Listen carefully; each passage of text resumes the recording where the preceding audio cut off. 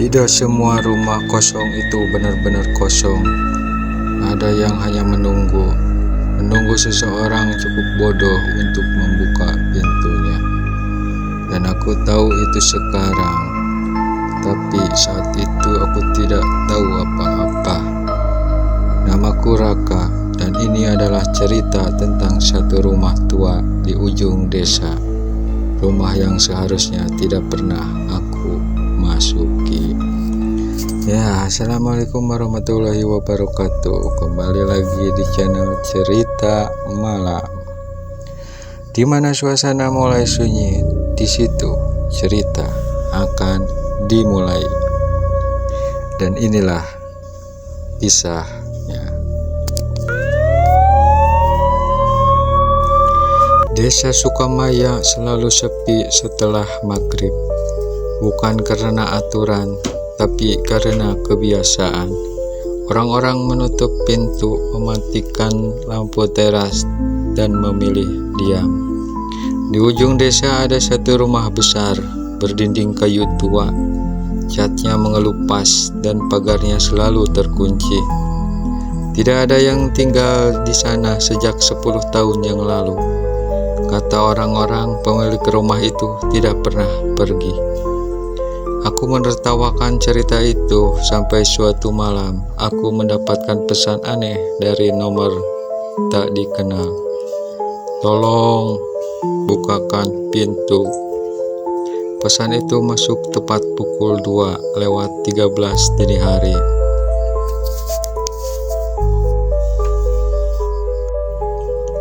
Awalnya aku kira salah kirim, tapi pesan itu datang lagi. Aku di dalam rumah, aku tidak bisa keluar. Jantungku mulai tidak nyaman. Aku membalas dengan singkat, "Maaf, ini siapa?" Balasannya datang cepat, "Kamu yang terakhir lewat depan rumah." Aku terdiam. Memang sore tadi aku melewati rumah itu saat pulang kerja. Dan aku ingat satu hal, pintu rumah itu sedikit terbuka, padahal kata warga, pintu itu selalu terkunci rapat.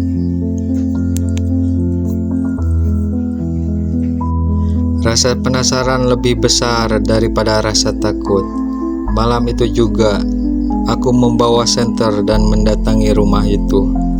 Udara di sekitar rumah terasa lebih dingin, bahkan suara jangkrik pun menghilang. Saat aku berdiri di depan pintu, ponselku bergetar. "Kamu sudah sampai, kan?" Tanganku gemetar. Aku belum bilang apa-apa, pintu kayu itu perlahan berderit sendiri.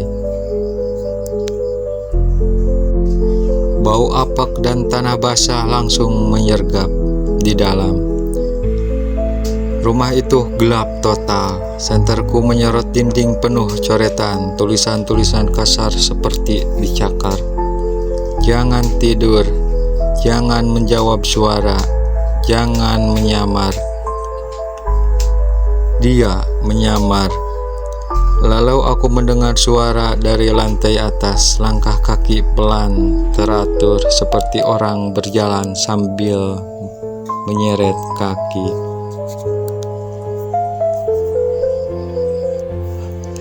Di ujung tangga aku melihat bayangan berdiri, seorang perempuan rambutnya panjang menutupi wajah. Gaunnya putih tapi penuh noda hitam. Ia berbicara tanpa mengangkat kepala. "Kamu datang juga akhirnya." Suaranya mirip suaraku sendiri. Perempuan itu mengangkat wajahnya. Aku melihat diriku sendiri. Mata hitam kosong, mulut tersenyum terlalu lebar. Aku adalah kamu dan tidak pernah keluar dari rumah ini. Lalu aku ingat semuanya. 10 tahun lalu aku masuk ke rumah ini sebagai bocah penasaran. Aku tidak pernah pulang. Yang hidup di luar selama ini bukan aku. Aku terbangun di kamarku pagi hari, semua tampak normal. Kupikir itu hanya mimpi, sampai aku melihat ponselku Pesan terakhir masuk pukul 2:13. Sekarang giliranmu, tinggal di dalam. Dan sejak hari itu aku tidak pernah melihat bayanganku lagi di cermin. Sejak pagi itu aku sesuatu yang terasa salah, bukan di sekitarku tapi di dalam diriku.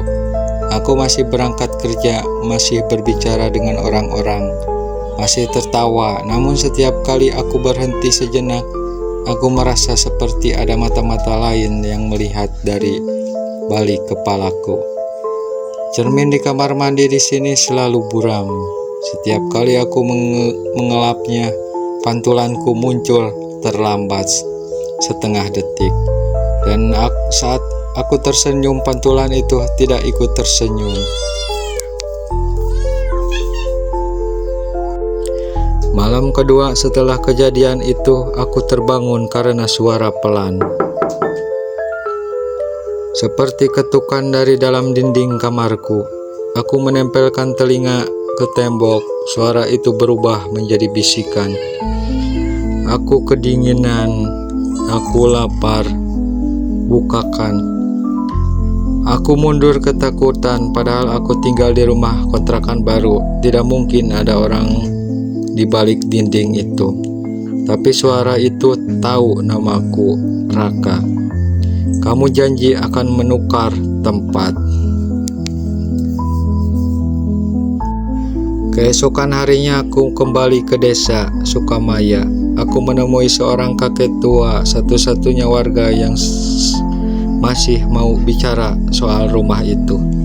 Wajahnya langsung pucat saat melihatku. Kamu kok masih hidup? Ia mengeluarkan buku catatan tua, halaman-halamannya menguning. Di situ tertulis, rumah ini mengikat jiwa yang masuk sendirian. Jika ia keluar, akan ada yang tertinggal. Jika ia ingin bebas, harus ada pengganti. Tanganku gemetar. Apa yang terjadi pada orang-orang sebelumnya? Kakek itu menutup bukunya perlahan. Mereka hidup, tapi bukan sepenuhnya manusia. Hari demi hari tubuhku berubah. Aku tidak lagi merasa lapar. Aku tidak merasa mengantuk. Tapi setiap pukul 2:13 tubuhku berhenti bergerak. Mataku terbuka sendiri dan tanganku mengetik pesan tanpa aku bisa mengendalikan. Aku melihat chat di ponsel, nomor tadi kenal. Pesan terakhir, tolong bukakanlah pintu. Aku menjerit dan membanting ponsel itu, namun pesan balasan langsung muncul. Tenang, sebentar lagi kamu akan pulang. Malam itu kakiku melangkah sendiri. Aku kembali ke rumah di ujung desa. Pintu terbuka lebar. Di dalam ratusan bayangan berdiri diam, wajah mereka kosong. Semua mirip denganku. Di tengah ruangan berdiri sosok yang pertama kali kutemui, diriku yang asli. Kamu sudah menjalani hidupku dengan baik, katanya. Sekarang giliranku keluar. Aku ingin berteriak, tapi suaraku hilang. Tanganku digenggam dingin seperti mayat. Tubuhku terasa berat. Langkahku makin lambat. Aku ditarik ke dalam rumah, sementara sosok itu berjalan keluar, menatap bulan lalu menarik napas panjang. Akhirnya bebas. Pintu ditutup, gelap sunyi. Dan saat mataku menyesuaikan, aku sadar aku tidak sendirian. Di sudut ruangan sosok-sosok lain mulai bergerak. Ada yang menangis, ada yang tertawa pelan, ada yang memukul dinding sambil berteriak meminta digantikan. Seorang anak kecil menarik bajuku. Kak, nanti kamu juga boleh keluar kok, asal ada yang masuk.